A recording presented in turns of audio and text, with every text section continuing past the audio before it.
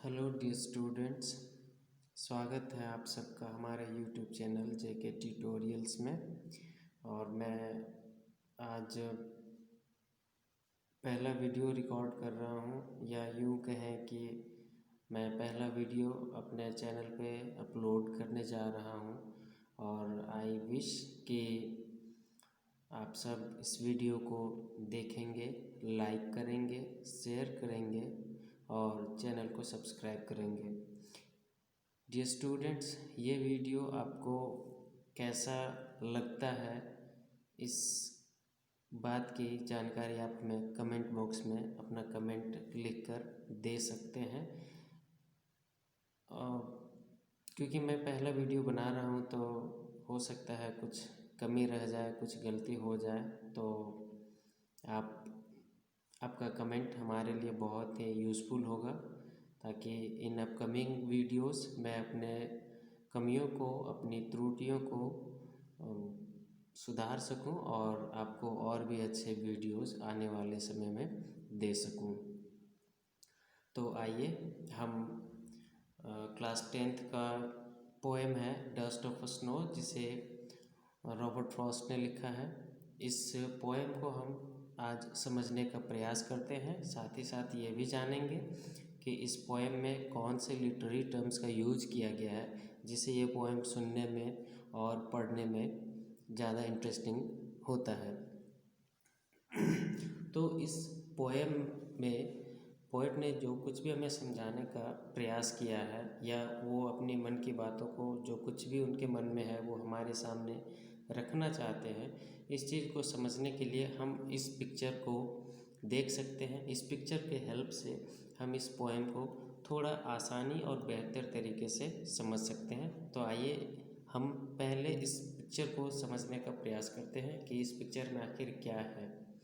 तो dear students, आप देख सकते हैं कि एक क्रो एक हेमलॉक ट्री पे बैठा हुआ है, और ये हेमलॉक ट्री स्नो से भरा पड़ा है।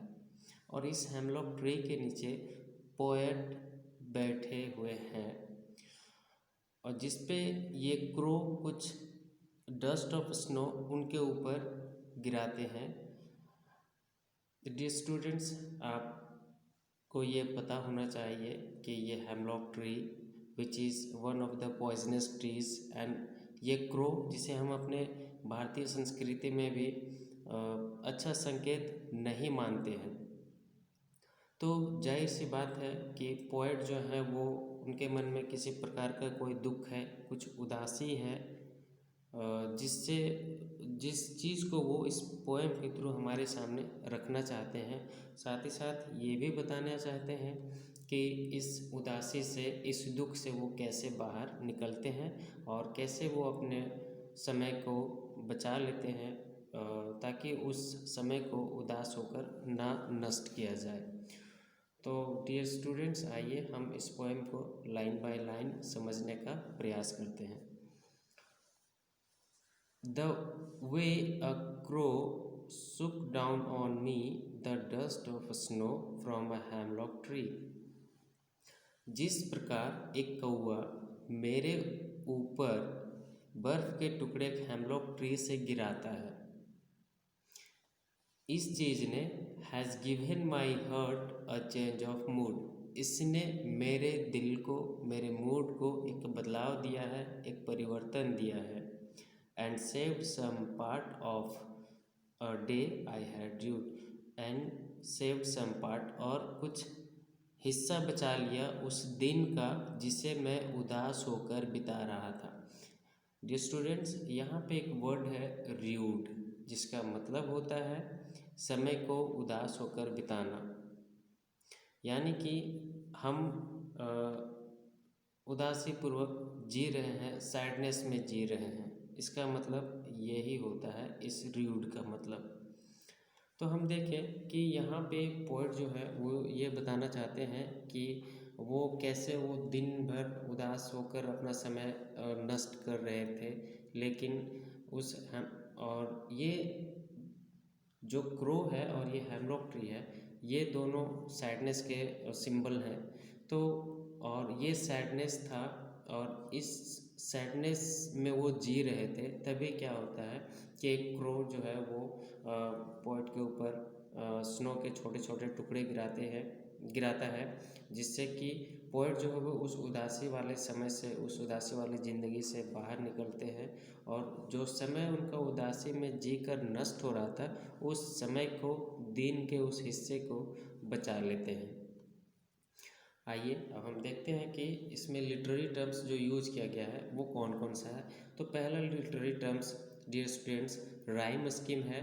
जो राइम स्कीम क्या है, तो सेंटेंस का लास्ट वर्ड का साउंड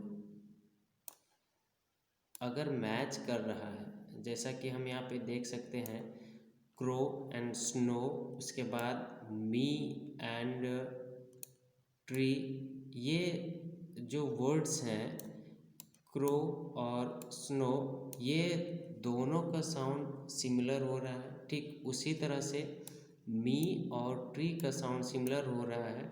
तो यहाँ पे हम कह सकते हैं कि राइम स्कीम का ब्यूटीफुली यूज किया गया है।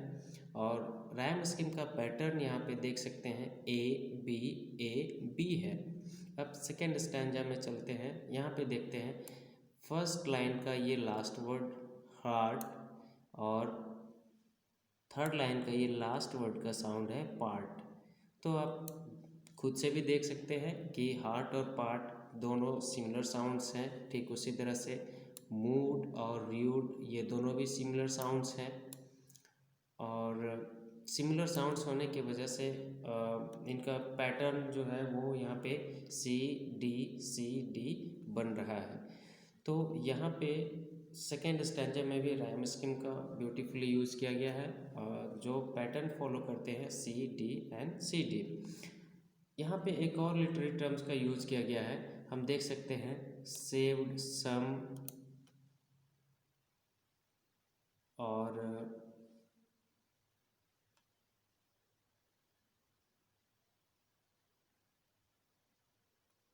चलिए सेव्ड सम है, जो कि हम अलिट्रेशन कहते हैं। अलिट्रेशन वो होता है डियर स्टूडेंट्स, वो लिटरेरी टर्म है जो ये बताता है कि किसी लाइन में सिमिलर साउंड वाले वर्ड्स रिपीट हो रहे हैं। जैसे यहाँ पे हम देख सकते हैं सेव्ड सम, तो यहाँ पे फर्स्ट लेटर एस है जिसका प्रोनाउंसिएशन एस स है, यहाँ पर भी फर्स्ट लेटर एस जिसका प्रोनाउंसिएशन स है।